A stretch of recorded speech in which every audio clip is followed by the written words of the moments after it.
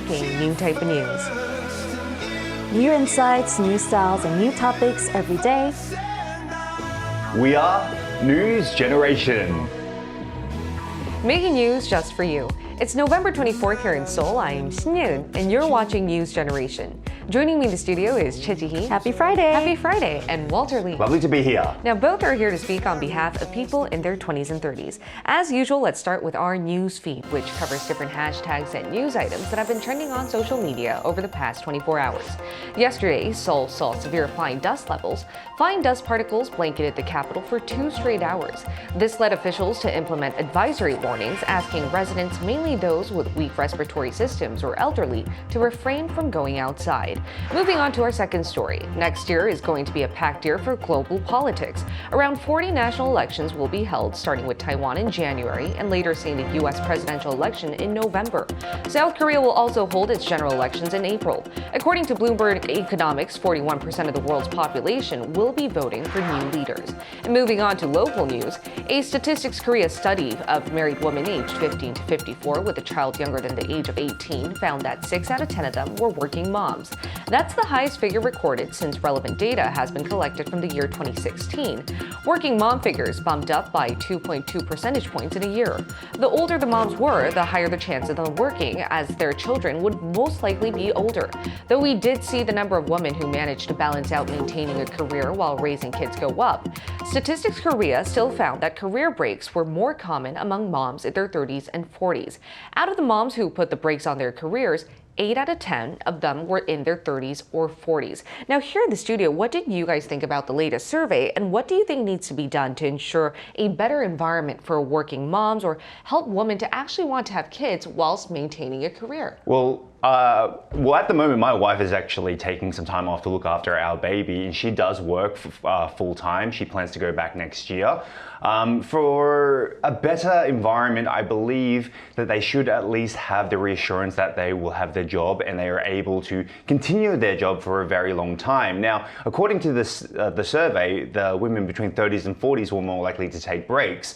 Now, this is usually due to that's when people have babies, and also when kids, if they have them early enough, go to elementary school as well, and they take some time off during that time. So hopefully with companies now, progressing, we can see women stay longer in the workforce and progress in their careers as well as be mothers. Right. Now, what about you, Ji? Well, first of all, I think it's quite disappointing that we're still seeing this issue of women having to take breaks from their careers due to childcare responsibilities persist, even though we have numerous efforts being made to resolve this issue. Now, while it's crucial to really enhance working conditions as of now, but fostering an environment where women don't really have to worry about leaving work because of childcare, and also where men can take paternity leaves as well without being conscious of others, should come first. And I think in order for us to do that, we need to have more companies on board, and the government should work with the private sector to make sure that there's enough infrastructure, financial environments, making sure that paternity leave and maternity leave could be done without us having to step on eggshells or feel like we have to take a career break in a very short amount of time. Yes. And that was our news feed for this Friday. Let's switch gears to our main discussion topic of the day. Here in Korea, we have a very unique camping regulation at riverside picnic areas, namely the HanRiverPark area. We mentioned it once in our news feed, but my AI voice secretary is going to let you guys know once again what the measure is and what we'll be talking about today. The Han River's picnic areas are a popular destination for couples. Couples rent out tents and enjoy their day, sometimes too much though. There have been complaints that the degree of PDA, public displays of affection, inside these tents sometimes go too far. That's why in 2019, Seoul Metropolitan Government passed a regulation only allowing tents to be set up designated areas during scheduled times. Also, at least 2 sides of a tent must be open at all times. Officials also post hundreds of personnel to supervise people inside these tents. Those who violate the regulation could be fined up to around $738. Now, the rule requiring couples to open up two sides of a tent while enjoying their own time along the riverside has spurred quite the debate here in Korea. And I'd like to start off with this debate. What is this debate about? Well, although the weather has become a little colder now, in fall when the weather was very nice, many people were enjoying their tents at Hangang River. But tents can only be set up in permitted areas, as we know, and at least two sides must be open for you to stay in them. Now, this regulation was in place since a few years ago, initially to really prevent minors from enjoying alcoholic beverages. Right. But then the Seoul Metropolitan Government took action after receiving a lot of complaints from people making out inside these tents behind closed doors. However, the regulation is still not being followed apparently because there are complaints being made because of these couples who are making too much physical affection in making out too much in these tents. And violators, for those of you who don't know, will have to be fined up to 1 million won. That's about $770 US. And these people who manage the area to make sure that the tent doors are open, they go around these tents with closed doors and open them up to make sure that they're abiding these regulations. I think this caused a lot of controversy as to whether this is okay in a free and open society like Korea. Like, it's the debate. The two main arguments is, should couples have the right to do whatever they want in public, given that they are all free beings? Or should they have public etiquette, right? And that brings me to the next question for you, Walter. How have people reacted to these tent regulations here in Korea? Well, to be honest with you, I think people are split down the middle, but it's not just actually happening with tent regulations as well. It's also in public areas such as like cafes or maybe even the beach as well. I mean, a cafe is a place where you go to drink coffee and eat nice desserts, not a place where you can smooch and be off-putting. So, you know, it's kind of one of those situations where, you know, just be nice to the patrons around you, and no one wants to see that inside inside a cafe. I mean, we talked about earlier before the show, you had a situation and you didn't like it. So yes, the public is seeming to be, you know, against it in most ways. And I hear that you have a graphic to back up the statement on what public displays of affection is actually allowed. So let's look at the screen actually and find out what 451 married couples think is acceptable amount of PDA. So the question is, how much PDA is too much PDA? Now, it turns out that a lot of people think cuddling is okay. Women more than men, but you know, who cares? So a light peck is then next, arm around the shoulder, but a lot of people are saying absolutely no PDA, but a kiss and a peck. What is the difference? A peck is just a quick kiss, and a kiss is like, you know, kind of... You go full on, So yeah, it's a bit gross. So yes, that's what our Korean citizens are thinking at this moment. All right, so I think everyone has different standards as to what level of PDA, public displays of affection, is allowed out in public. And I wanted to know whether this is just the case in Korea or how it's like abroad. That's why we asked our viewers what levels of PDA they're okay with or what their societal perspectives are in their respective countries. Here's what 3 of them had to say. Tiras Bell says, PDA is honestly fine within limits. If you're thinking you're getting near the concept of getting a room territory, you probably should consider getting a room and saving it for there. EXO said PDA is fine, but only up to a limit. Couples should keep in mind that certain stuff might make others feel awkward or embarrassed, especially because in public places, kids and elderly are also present. Nambia said, holding hands, a soft kiss, and giving a full arm hug is not offensive, but touching private areas, sloppy kisses with tongue involved, and sexual embracing are very inappropriate in front of others. So as we can see from our viewers, I think everyone has a different level or a degree of what they would allow when it comes to PDA. But I would like to focus on what the Korean public thinks about it. What does our generation think of PDA? Walter? Well, amongst most of the public, I believe it's looked down upon because we live in such a conservative society still. Though there are changes, is, a lot of people still look down on it, and it's quite embarrassing to be around sometimes, even though you're not the person that's doing it, and some people find it quite disgusting. So, to be honest with you, usually the main couples that are doing it are the younger couples, and hormones are floating around, and they just want to express their love. But yes, excessive PDA should be not shown in public, and I think a lot of people would agree with me on that. And I think, especially here in Korea, you mentioned that we're a very conservative society. Because a lot of youth are doing it, I think this sometimes causes conflicts between generations. For instance, the older generation might be looking down on the younger generation for being too liberal, Right. or for being way too touchy-feely in public, which is why sometimes there's episodes where grandparents, grandmas and grandpas, get really angry at teenagers or young adults who are way too clingy on the subway. What about you, Chi? Could you elaborate on what the Korean youth think about it? Right. I think opinions seem to be quite divided, but then according to this survey that was conducted a few years ago, over 80% of university students in the country answered they've shown touchy affection with their romantic partners in public before. However, a similar statistic, almost 8 out of 10 single men and women said they've been discomforted or even embarrassed by a couple's PDA. Now, when they do witness this, the majority, accounting for 40%, said they ignore the act.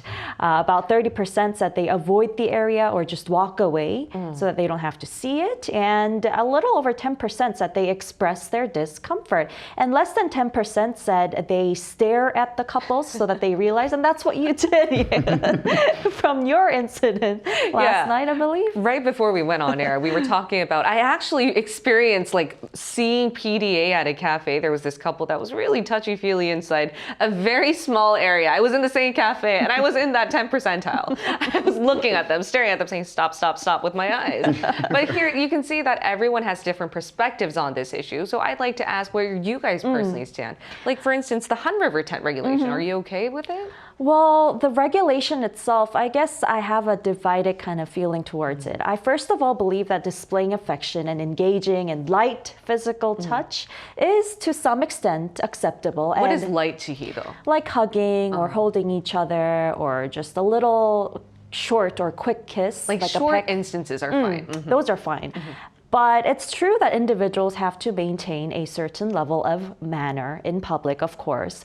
But their personal freedom should also be respected. So in the case of this Han River incident, I think it was too intrusive of the guards to just break into the tents of these people, because young people, they can just be holding hands, hugging each other. And if they're inside their own tents, even though it's the regulation to keep at least 2 sides open, being too intrusive and just breaking into their doors, I don't think is respect for their freedom. And it was a total violation of privacy.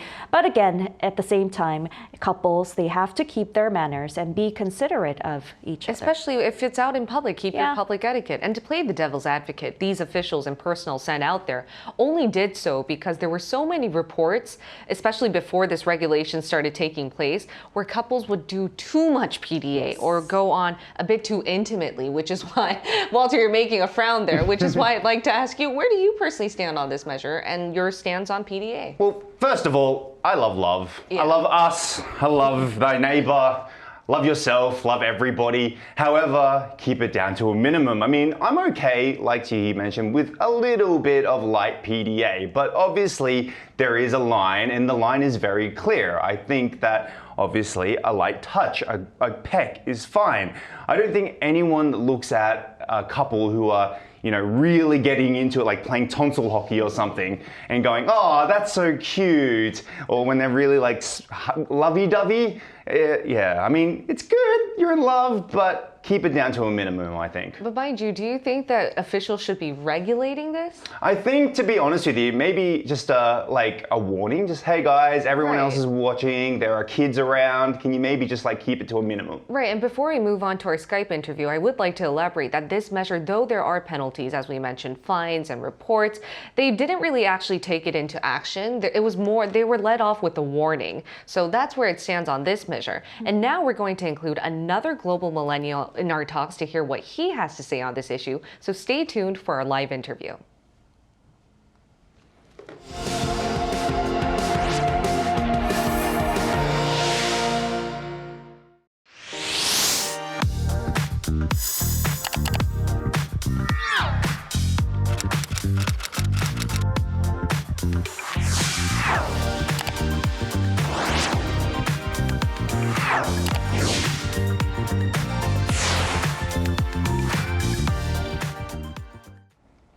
find out what a millennial from France who's currently living in Seoul thinks about public displays of affection, we're going to include Maoli Cavier. Welcome, Maoli. Hello, everyone. Happy Friday. Happy Friday. Maoli, I'd like to ask you the first question. So you're from France, and it'd be great if you could tell us what it's like in France. How lenient is the French society towards PDA, and to what extent would you see some types of stuff on the streets in daytime?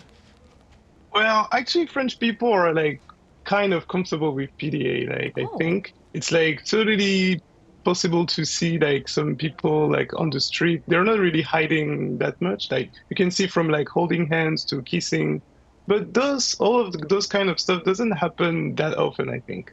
I see. Yeah. Well, then, having lived in Korea for quite some time now, did you witness as many public displays of affection as in France here in Korea?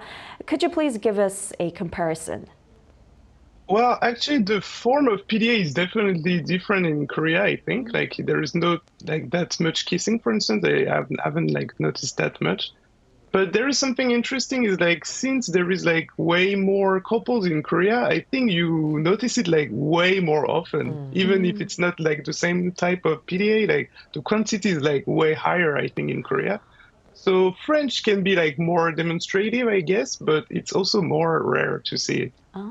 It's quite interesting because in Australia as well, comparing Korea and Australia, there seems to be a lot more PDA that is happening in Australia than I think that is in Korea. But I do agree with you that there are many more couples here that are very expressive as well. And maybe it's just because we live in such a dense city that we see many of these couples. Living in Australia, it's all dispersed out. But then would you say Korea is stricter or more lenient towards public displays of affection, let's say compared to France? Where do you personally stand on this issue, and to what extent are public displays of affection acceptable? Well, I think Korean society is stricter concerning PDA in general, and I guess people might be easily shocked if there is some too much expression or something. But for me, I think if it's not too insistent or too explicit, I think it can be okay. It's totally fine. And I think it's also really important to keep it respectful in a sense that as many subjects concerning freedom, it's important to express as long as it doesn't affect other people in your surroundings. And Maoli, before we let you go, we started our discussion by talking about the latest unique regards into the tents here in HanRiverPark. We have to open two sides of the tent when you're with a couple or when you're with your friends. When you first heard about this regulation, what did you think about? Were you for or against? Is there any similar type of measure in France? Is it even imaginable there? Well, I don't really know if it can be the same in France, but the first time I heard about this regulation, I was kind of shocked because I didn't understood the reason. And then when I heard about the reason, I was well, okay, I understand the regulation. It kind of makes sense if it's getting too much. But in France, I think something similar might happen if there is too much stuff that would make people uncomfortable or awkward. So I think it's understandable, but it's kind of sad in a way to have those. Because there's a thin line between personal freedom and public etiquette. Yeah. It's always hard with this issue. But thank you so much, Maoli. It was a pleasure to hear your insights today. Thank you for having me. All right. Now we're going to end off with our final notes. Here in the studio, any last messages you guys would like to give out to couples in Korea in regards to public displays of affection, starting with you, Walter? Well, I think Maoli actually brought up a very good word there that I was probably looking for the whole time. Explicit. Yeah. Right? When it becomes explicit, and most people know what that word is when it's kind of a bit too, let's say sexual, okay? Yeah. That's when we're crossing the line. And when we're at parks, I kind of see the reason why we have to keep the tent doors open. It's because there are families there. There are young children there watching. And to be honest with you, if you're not embarrassed with people watching you, that's a little strange in my opinion. But be happy, be in love. That's good. Love is great. But there are other ways to show your love as well. It's not just, PDA. There's ways of, talking to the person. There's ways of showing them different ways rather than just, hugging, kissing, smooching, whatever you want to call it. So keep it to a minimum.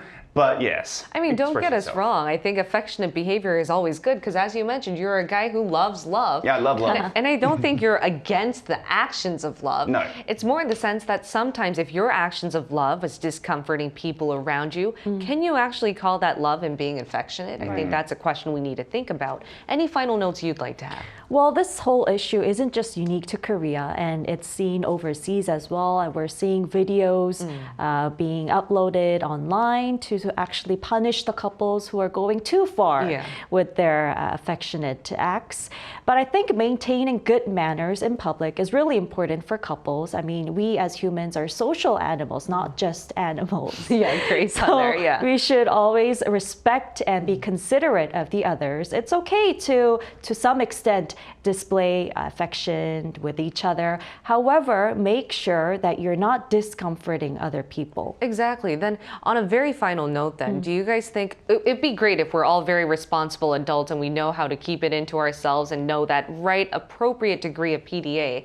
But do you guys think there should be regulations like the ones we're seeing near Han River where you have to open two sides of the tent and officials actually monitoring and compiling fines? Do you think that type of measure should continue to roll out? I do think that there needs to be some action taken against these sort of situations because it's sort of a public nuisance in a way. If you're a drunk person who is running around but you're not actually hurting anybody, you can be still known as a public nuisance and therefore you can be fined for it. Now, the act of expressing one's love isn't really a public nuisance. However, it does make other people feel uncomfortable. And that is actually a form of harassment when you actually look at it in the big picture. Yeah. Now, obviously, it's a different kind of harassment. However, when you're making someone uncomfortable, when you're making large crowds feel uncomfortable, that's when it could be sort of a problem in that sense. So I do think regulations do need to be in place. However, I don't think the fine of what you said was like $700 US.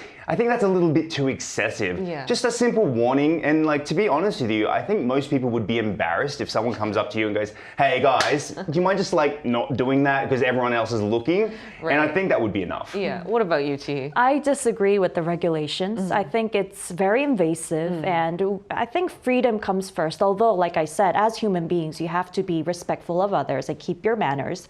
But having these regulations where you have to keep your doors open of your tents, I mean, tents are your private spaces, you know? You don't have to be asked to open up those tents. You might want to just take a nap without the sound, just stay within your own space. Might be cold. Yeah, you might be cold. There may be other reasons. So I don't think these regulations should be in place, but simple warnings and maybe having like announcements every once in a while to tell people not to be too explicit or demonstrative with your affection towards each other. Exactly. And to sum up today's episode, it's not about whether we agree on PDA or not. It was more about a debate on the regulations in regards to PDA. But I think one thing that we all agree on is make sure not to cause a public nuisance, even though you might be affectionate. But where should we stand in regulations? More discussions will come. Now, in the meantime, we'll be here every day from 9:30 to 10 a.m. Korea time, bringing you more topics young people are talking about.